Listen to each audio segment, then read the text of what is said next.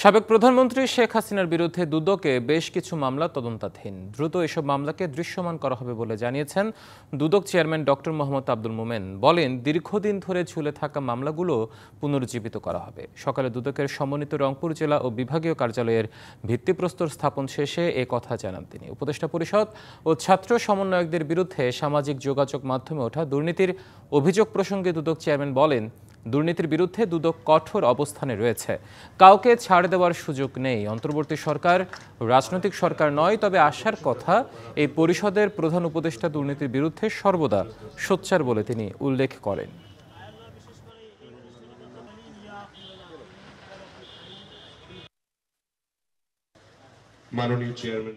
সাবেক প্রধানমন্ত্রী শেখ হাসিনার বিরুদ্ধে আমাদের এখানে কয়েকটা মামলা চলমান, আরও কয়েকটা বিষয় তদন্তাধীন।